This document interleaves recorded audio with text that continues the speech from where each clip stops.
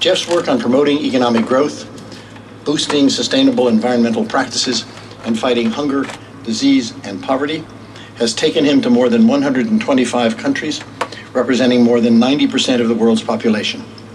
I am delighted that it has now taken him here to Low Library to address our university community. Please join me in welcoming tonight's university lecturer, Professor Jeffrey Sachs.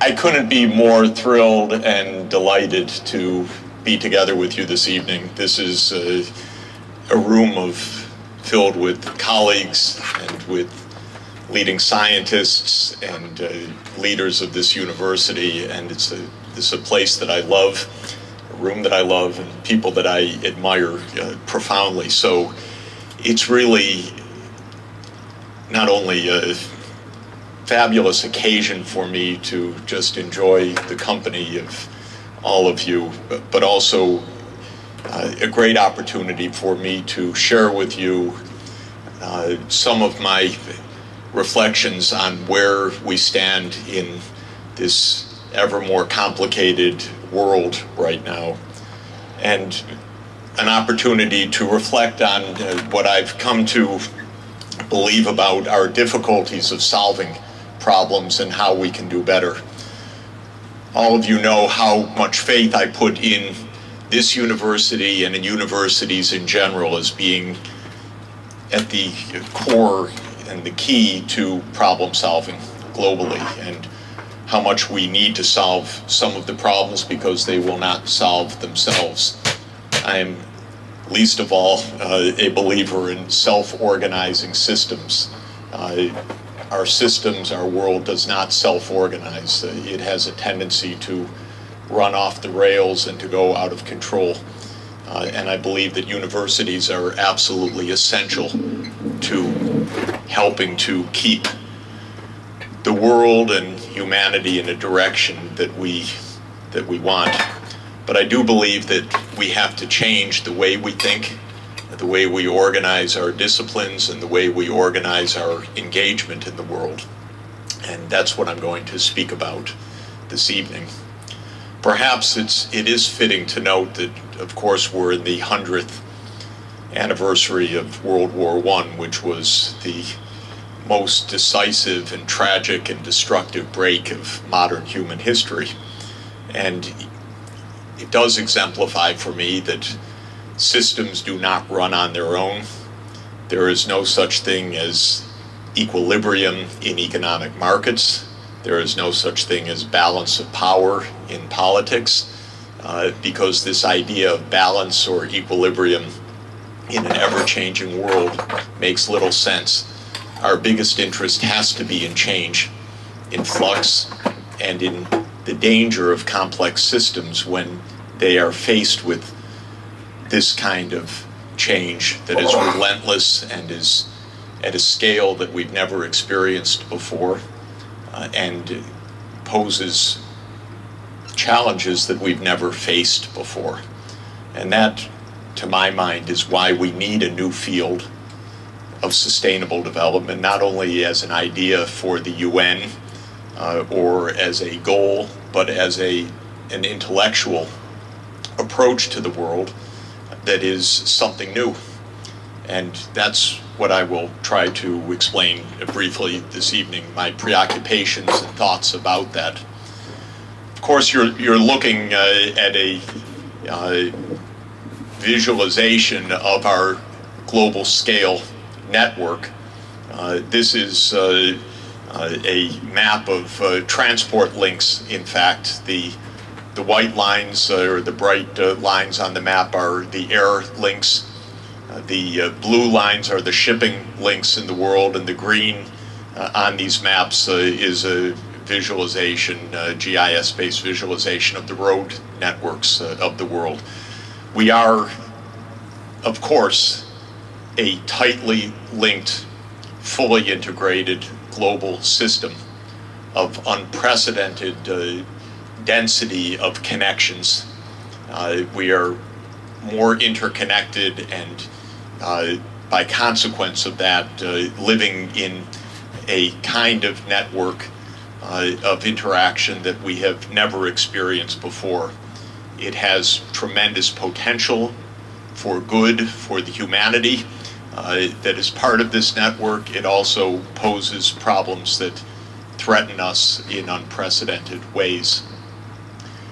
The idea of networks or complex systems lies at the very heart of how we have to understand the world, and we're living in an age where, because of big data and new ways of analysis, network ideas and the formalization of complex systems is operating at every scale.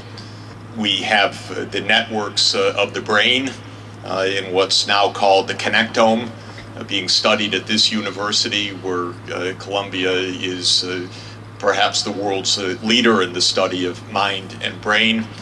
And you have on the left one of the recent visualizations of the brain connectome. We have studies at the cellular level of the metabolic networks, and here you see the metabolites in green, and if you look closely, there are red dots, which are the enzymes as part of the process, and then you have the edges of that graph as the metabolic pathways. Human systems are the same, and human physical Earth systems are also complex, dynamic systems. The challenge of sustainable development is to understand the interactions of several complex subsystems. We do not study these processes effectively. Our disciplines are generally focused on, at most, one of these subsystems at a time, or even narrow parts of them, rather than the interconnections of these subsystems. And the essence of sustainable development as an analytical field is to understand the interconnections of several complex subsystems. First, at the circle on the top, but I don't mean it to be on the top by any means, I would call it the techno-economic system. Mind you, this already is different from studying an economic system, which is a complex system. Economists have not been very good at connecting technology and economics in a deep way, but our economic systems are complex technological systems, and that also defines, and we understand, almost nobody understands more than a small amount of the technology which defines our age and which makes us possible to function day to day. But that techno-economic system is just one part of the complexity we face. Of course, the purpose of the Earth Institute is to connect that techno-economic system with the rest of our social and physical realities in a meaningful way. Earth systems shown here are the physical, geophysical and biophysical dynamics of the Earth, studied at Lamont Doherty and at many other research institutes of the Earth Institute. These are enormously complex interactions. Everybody knows how complex the climate system is to understand, how complex it is as an interacting system, and therefore complex to forecast and to predict future developments. At the very minimum of sustainable development is the interaction of that techno-economic system and the Earth's physical systems. This will be one of the defining challenges of human survival and well-being in the future, and yet it remains in the economic sphere as a very small, almost tiny subset of economic studies. And for those who study Earth systems, the techno-economic side is almost often just off to the side. So the interconnections of these highly complex systems is not well elucidated. But I want to add two other critical dynamics. One is the geopolitical system, the system of international relations, the system of multinational and multilateral rulemaking, the dynamics of power, which is changing dramatically in the world in an unprecedentedly rapid way in our very time, and what I would call the social dynamics, a very complicated an inadequate title for complicated dynamics of human relations at various scales. The structure of the family, the structure of communities, human migration, changing values, culture, and what we feel to be societies under stress, not in their formal political systems necessarily, but in the human systems, the human interconnections, the collapse of trust in society, inter-ethnic violence that is raging. And when we open the newspapers every day now, I noted today in the New York Times columns, you had Venezuela burning on the left, you had Ukraine burning in the center, and you had Syria burning on the right-hand column.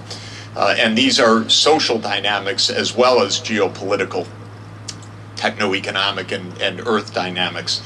It is understanding these interconnected, complex, highly nonlinear, rapidly evolving systems that is at the core of the analysis that we need to make sense of the world that we're in. And yet how hard, obviously, it is to do that. Every one of these subsystems is itself enormously complex and looks like the same graph that we saw for the brain connectome or that we saw for the metabolite networking. This is simply a graph of cross-border banking relations. It has also the structure of a high degree of graph connectedness, which we experienced starting September 15, 2008, when that graph became the edges of financial panic that spread throughout the world in just a few weeks. Without understanding the topology of that banking system graph, we cannot make sense of the financial risks that we face globally. So the structure is not all that different from a brain connectome, though you wonder where the brains are in this system sometimes. This is a different subsystem that we absolutely urgently need to understand. This is a one graphical representation of our U.S. energy system.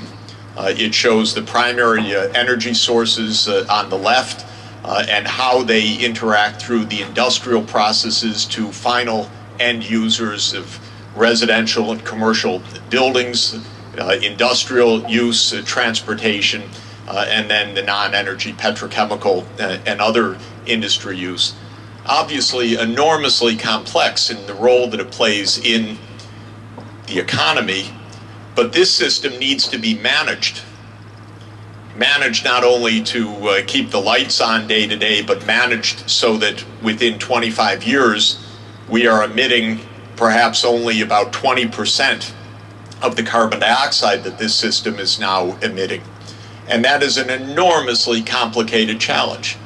There is no way to face the climate change challenge without a deep understanding of this network. And yet, the integration of the economics, the finance, the energy, the physical systems is a challenge that is, of course, at the highest degree of intellectual and academic challenge, and yet is work that desperately still needs to be done. This is a different kind of network, a representation of the ethnic differentiation in Syria, which is now fueling one of the most disastrous and tragic civil wars ongoing in the world today, and understanding the complex interactions of Alawites, Levantine Christians, the Kurds, the Ismailis, the Druze, and so forth, is itself a work of tremendous complication. But I'm going to argue in a moment that we can't understand any crisis like this without understanding all of the other linkages as well. And it's the failure of integration of thinking that is so much limiting us in our capacity to address and ultimately to manage and solve many of these crises. And of course, this is one of 1,000 representations that one might have of Earth physical systems. This happens to be a map of net radiative flux for January 2014 that NASA posted just a couple of weeks ago. In the dark red areas, these are areas where insolation exceeds the radiation from the Earth back to space, and the bluer areas in the high latitudes are the areas where the insolation is less than the radiation back to space. It is simply my wanting to give you one visualization of what is the remarkably complex dynamics that need to be understood of the Earth's physical systems. I believe that the integrated understanding of these connected subsystems is vital for our well-being and is not at this stage adequately recognized. Certainly no governments around the world are organized to understand those interactions. And even our disciplinary knowledge can be a hindrance, not a help often, to an understanding of the integration across these subsystems. I think we face this problem in a way that earlier generations did not face, for the reason that we have arrived at a global scale of interconnectedness that never before existed. And it is that global full network, the fully connected graph, as a graph theorist would say, that makes our time absolutely distinct. If you think about Frederick Turner, perhaps, of the closing of the American frontier, we've had the closing of the world frontier. There's no place to run, there's no place to hide, all places are interconnected, and this is our reality of our time for the first time. And I think that some of the unique aspects that we face are, first, that our production systems are fully global. There's almost no product that is made, and certainly no product of any technological sophistication, that is not part and parcel of a multi-country production and logistics chain of remarkable complexity and depth. If the floods come to Bangkok, the global automobile industry is impacted and impeded for weeks to come because crucial components come from a few factories in one place. We have a global division of labor, of a subtlety and sophistication and breadth that is absolutely unmatched at any time in the past, and similarly with the financial system. But such complex systems, though often thought to be resilient because of their complexity, are often remarkably brittle, as the financial crisis demonstrated. Second, of course, it's our turn for our own age of scientific revolution. Since 1750, every generation has lived through a revolution of technology that has changed the world within the lifetime, a phenomenon that had never hit human society before the steam age. And every generation since the steam age has felt the wonder of the steam engine, electricity, railroads, telegraph, chemistry, the biology, public health revolutions, aviation, internal combustion engine. It's our turn. The digital revolution is, in my view, the defining breakthrough of our time. And we're still sitting on, I believe, just the very base of change that will be even far more dramatic than we can realize. Moore's law has meant that the ability to process, store, and transmit data is now about 1 billion times greater than it was at the end of the 1950s. A billion-fold improvement. Biggest manifestation of that is a world of connected cell phones, Facebook, and being able to stream movies. We will have deeper change than that in the future, much deeper. Every scientific discipline is being rewritten fundamentally. That brain connectome, the metabolic networks, genomics, proteomics, earth sciences, eventually economics, all of it will be fundamentally rewritten by this digital revolution. Our ability to provide services in healthcare, in education, in transport, in energy, potentially all can be dramatically transformed. This is a defining feature of our time. I believe it's only at the start. It will tremendously disrupt labor markets, enterprise, sectors in a fundamental way. Artificial intelligence will be one of the greatest changes. We're already experiencing the turmoil in labor markets as a result of this, but there's a lot more to come. Potentially massively good, potentially enormously disruptive. We're in an era still of remarkable demographic change. The world now has 7.2 billion people. When Thomas Robert Malthus wrote The Principles of Population in 1798 and warned about population increase, there were 1 billion people on the planet. We've increased sevenfold. The medium variant projection of the UN holds that the world population will reach about 11 billion people by the end of the 21st century. I believe that if we stay on that variant, we're going to experience very, very profound crises. And we have choices on demography as well. But the extent of demographic change is simply shocking. Europe will go from being around 22% of the world's population in 1950 to, on that medium scenario, about 6% of the world's population in 2100. Africa will go from being about 9% of the world's population in 1950 on that medium variant to being 39% of the world's population by 2100.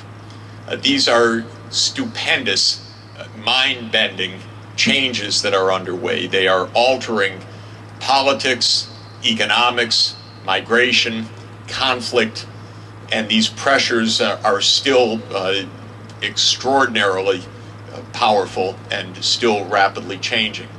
We're, of course, in an age of massive geopolitical upheaval, and nothing less than the change of a world order that has been in place roughly for 250 years of Western domination to a world where Asia will be the center of gravity of population and economy, and fundamental changes of politics and geopolitics that will result from that. And then finally, we are in an age of so much environmental disruption so rapidly we can't even begin to contemplate it. And we have no doubt a mindset and even minds that evolved under ages of relatively stable and benign climate and environmental conditions. Humanity always did have another place to go when it wrecked its local environment. And now there is no other place to go. There is no escape through migration. And every time there is mass migration now, and that's happening a lot in the world for environmental reasons, there's often war that follows it. People do not like new arrivals, especially arrivals that are fleeing desperation, and the problems are multiplying. One of the features of complex systems is that they display complex behavior, including the potential of abrupt change. And this is another defining element. There is nothing that means that any of these changes is gradually working out generation to the next, and I'll try to suggest that in a little bit more detail. I want to mention very quickly an illustration of this way of thinking, looking at 5 examples quickly. Let me start with Syria. Syria is in a devastating war right now that displays, in my view, the interaction of all of these elements. First, the internal stresses in Syria that emerged in 2011 with the mass demonstrations, then the crackdown, then the spiral into mass conflict, had economic underpinnings of mass youth unemployment, poverty, dislocation. But what is not so well appreciated is that Syria had just lived through 10 years of the largest drought in its modern history. And Syria's drought from 2000 to 2010 was a profound dislocator of the society and an underminer of the regime, and played a role that could have been foreseen were we more attentive to these geophysical interactions. This is also a geopolitical crisis, obviously. This war would never have killed so many, now estimated 136,000 dead, if the internal conflict had not been fed by external arms. And so our ability to amplify crises rather than tamp them down is one of the phenomena of our time. I should say, don't get me started on this. I'm very annoyed about the mistakes of policy that turned what was a repressive crackdown into a devastating war that has cost so many lives, but we played a role in that in the United States, probably inadvertently, but still a role that had harrowing consequences. And of course, this kind of crisis is fed by the sectarian divisions, the ethnic divisions that somehow in these crises suddenly become much sharper lines of communities that live together for decades and then kill together within very short periods of time, a phenomenon that we've seen in many parts of the world. I would argue, and I'm being very elliptical here, we cannot understand the Syrian conflict without understanding all of these systemic features. And one of the things that we get completely wrong in our foreign policy and in our approach to crises like this is radical oversimplification. We want to take seriously the one thing we want to take serious in the picture. Maybe an observer says, well, this is just sectarian violence, or maybe it's Assad's despotism, or maybe it's something else. But unless one understands the interconnectedness of a phenomenon like this, you cannot understand how rapidly a crisis like this can unfold. And I should point out that these dark blotches are areas of massive drought during the last dozen years.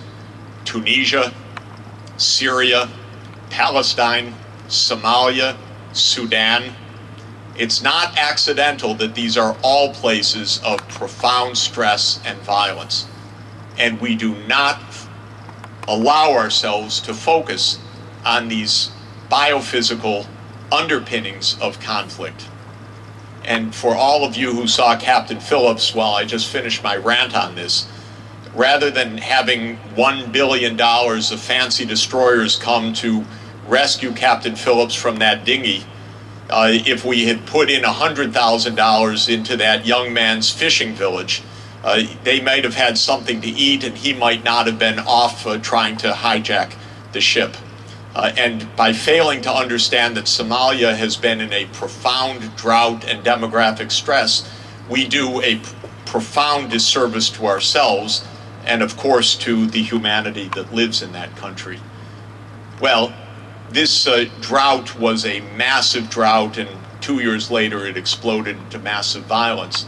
But I want to emphasize one aspect about these events: how little we understand them and how fast they can lead to disaster. And when Secretary of State Clinton was asked about the first uprising in Syria in March 2011, she said, "No, it's different. He's one of the good guys. He's a reformer. We've had several visits with him." One of the mistakes the United States made was about 5 months later, the president declared Assad must go and put a geopolitical dynamic into play which never should have been put into play. And now we're 2 years later, and the violence is massive, unabated, and seemingly even beyond control. Of course, almost all of the crises we have faced in recent times have exploded like this. The 2008 financial crisis, again, has underpinnings that are not well elucidated. They are both deeper underlying structural changes, financial panic that can take place in an interconnected network, the fact that 2008 was a period of massive spiking of commodities prices exacerbated the crisis and made it hard to understand. But again, abrupt change in a complex system. Last week, the Fed minutes of the September 16th Federal Open Market Operations Committee were made public. It's a shocking document. It shows the massive shortcomings of modern macroeconomics, by the way. It is nothing less than that. These were competent individuals in the meeting, but without the tools to analyze the situation that they were sitting on. And the chief economist of the Fed said on that day, "I don't think we've seen a significant change in the basic outlook." This is 2 days after Lehman went bankrupt. We're still expecting a gradual pickup in GDP growth over the next year and a little more rapid pickup in 2010. When you read these minutes, this is important to understand epistemologically, not only to laugh at or to scratch one's head, but to understand how can a field be so divorced from the underlying dynamics that were taking place at the moment. It's the Earth is shaking at a Richter of 9, and the seismologists are sitting around the table and saying, "Oh, someone slammed the door a little bit too hard." That's what modern macroeconomics often is. It's really a serious problem. We have another explosive problem which has led to massive unrest in dozens of cities around the world. I felt often that in my recent travels, almost every city there's been rioting, and I began to take it very personally. What was this a welcome? But it's actually happening independent of us. Around the world, youth unemployment is very high. The dynamics of inequality are very powerful. We do not understand very well yet the interconnected features of what's happening, and I would again point to these 4 circles because even the widening class divisions in the United States need to be understood in techno-economic terms, in sustainability of Earth systems. I could elaborate on that, but we are stuck because of an investment drought, in part linked to biophysical changes in our economy. We have a geopolitical crisis that underpins this, or geopolitical dynamics, I would say, and also social divisions. But the result is a rapid and massive widening of inequality of really an unprecedented character that has led to the highest degree of inequality in our country in probably ever, but in at least 1 century. And finally, I want to mention climate change, which is the biggest of all the risks that we face over a time horizon of the next 2 generations, and we've not really even begun to address this in actual on-the-ground change. And again, it's one of the most complex challenges that we face at all levels. In fact, I would say in my 30-some years in global policy work, it dwarfs every other policy problem that I've ever seen or been part of.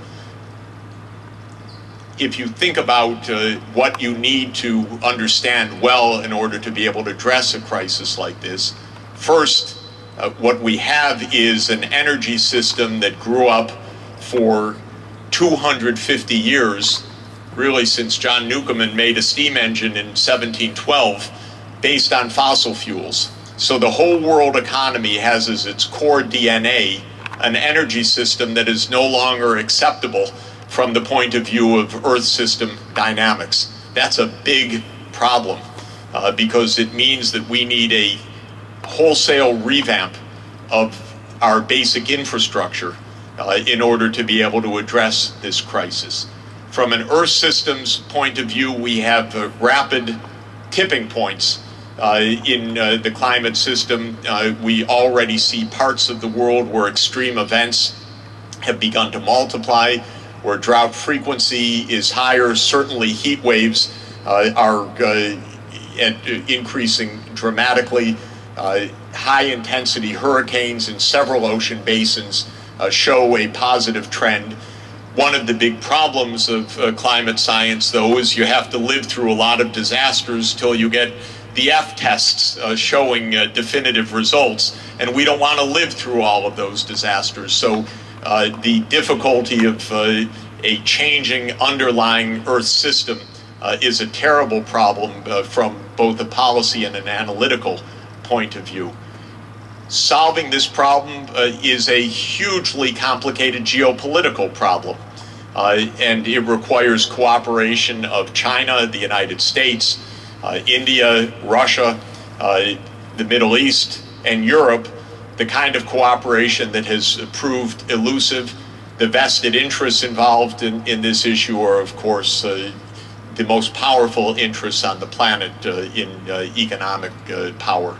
The oil industry and its lobbying capacity, and the social dislocations that are at stake, like a drought impacting Sudan or a drought impacting Syria, are also of profound character, but very poorly understood and poorly elucidated. I was going to show finally one fifth example of this, which I call the Agatha Christie problem of sustainable development. We have major classes of species being killed off. Pollinators, both human managed pollinators like honeybees, natural pollinators like bumblebees, amphibian classes that are dying off in large numbers. What is stunning about this so-called sixth great extinction is that when you try to analyze what is the source of the bee colony collapse, or what is the source of the loss of amphibious species, there are so many potential culprits that it's like you're on Agatha Christie's Orient Express. You have 12 potential murderers. The truth is that they're probably all playing some role in this case, but the complexity of addressing this mass loss of biodiversity is also about as daunting as a policy challenge gets.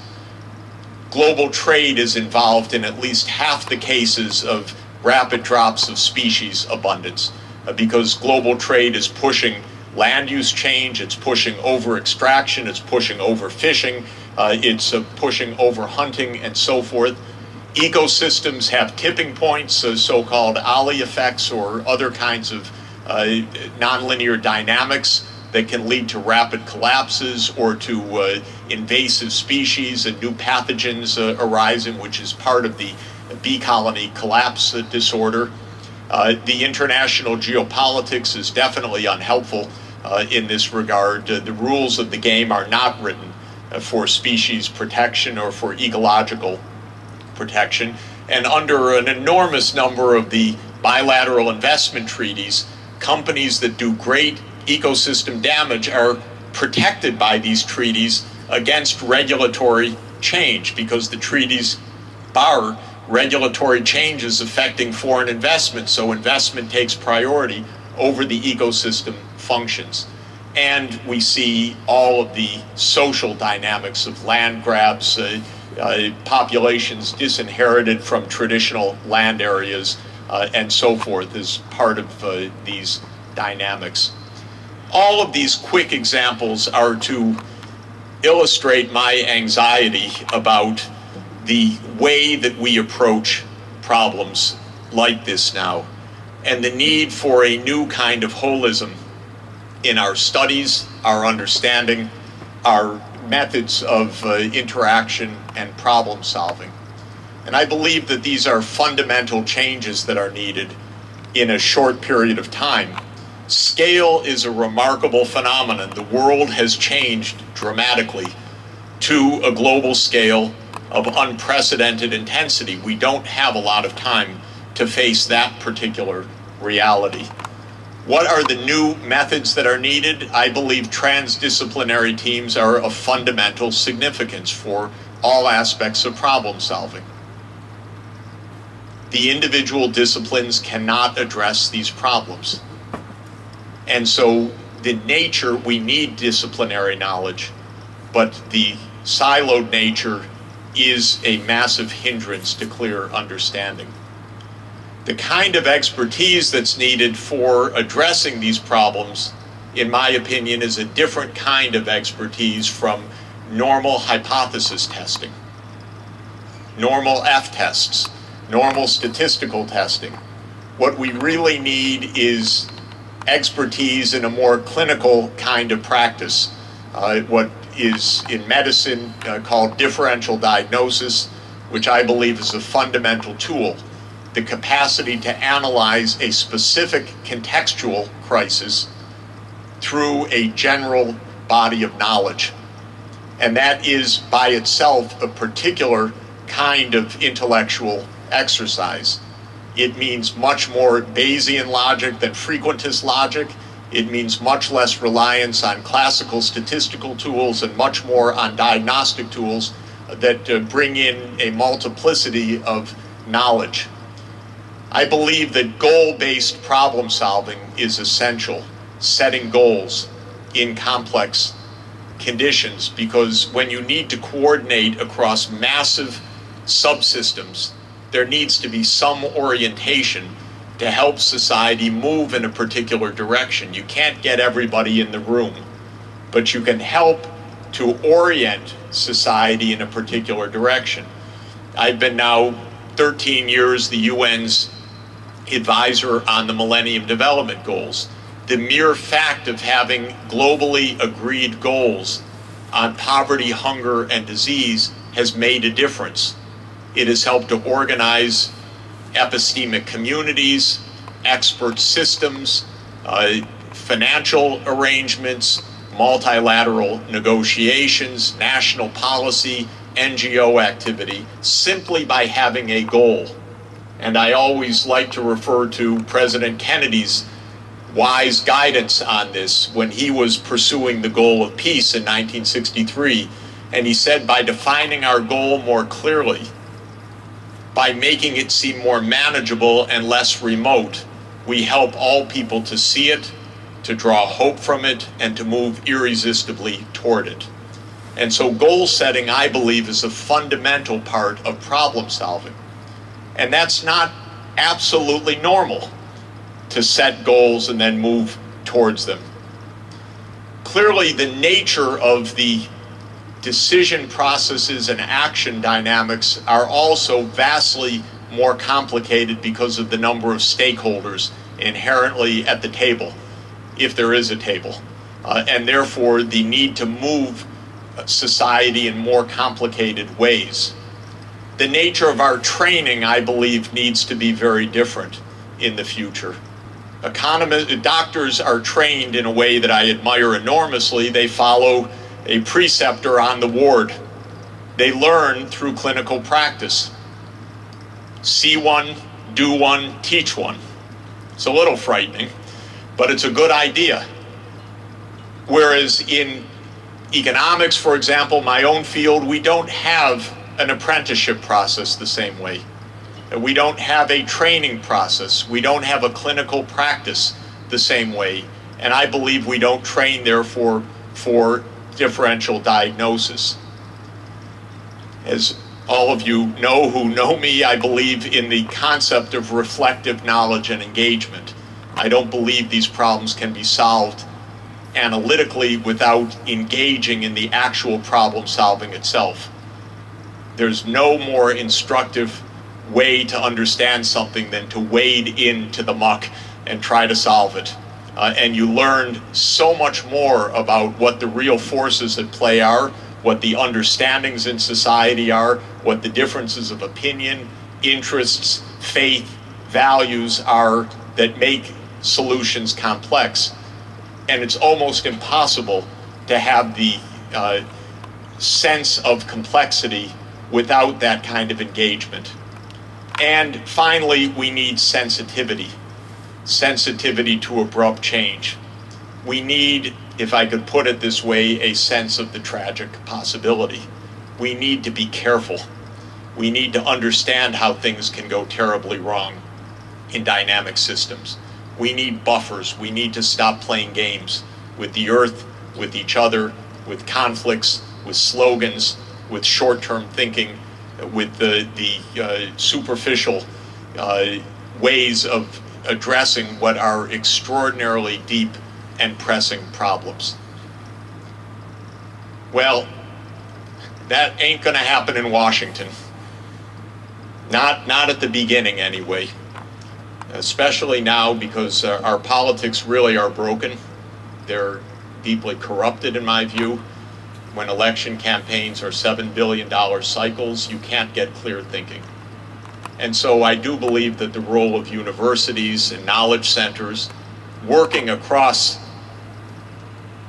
various stakeholder groups with business, with civil society, with politicians is extraordinarily crucial.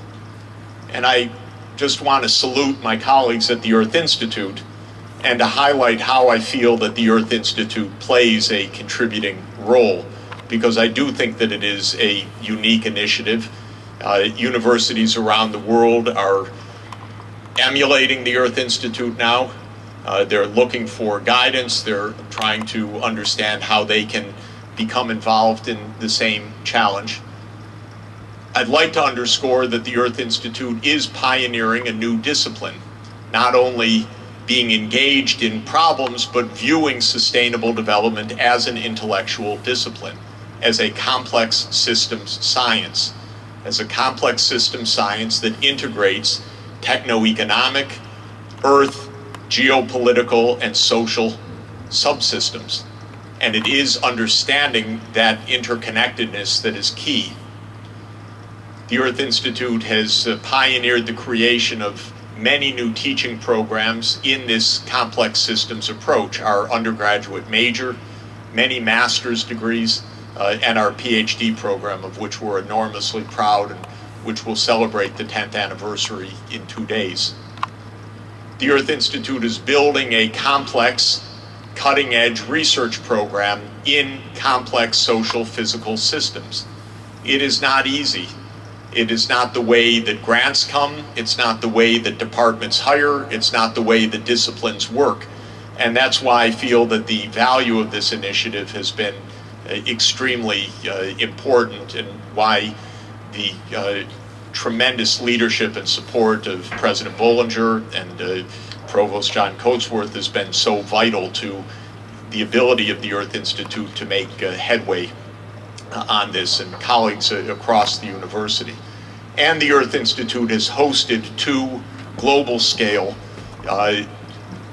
programs of problem solving. The UN Millennium Project, which brought together hundreds of experts around the world to look at how practical problems of AIDS control, malaria, safe pregnancy and delivery, infrastructure in impoverished regions, agronomic uplift in Africa and so forth could be addressed. And now the UN Sustainable Development Solutions Network, which is a new effort under the auspices of UN Secretary General Ban Ki-moon, which the Earth Institute is enormously proud to host the Secretariat, and which aims to create a network worldwide of problem solving so that we have a chance to take these crucial challenges, understand them, and address them at all scales across the globe. I'll just close by perhaps coming back to John Kennedy. All of you who know me well know I can't resist doing that because I think his words resonate so beautifully 50 years after his death. He said, even in his inaugural address, something that is even more pertinent for our time. He said, "For man holds in his mortal hands the ability to end all forms of human poverty and all forms of human life." He was referring to thermonuclear war as the disaster. In our time, it's perhaps our inadvertence and neglect of planet Earth itself that is the biggest single threat that we face. But we really do have that choice. We have a choice about the future. We have both the possibility to end extreme poverty by harnessing Moore's Law, by harnessing this great technical revolution that we're experiencing to address the planetary challenges.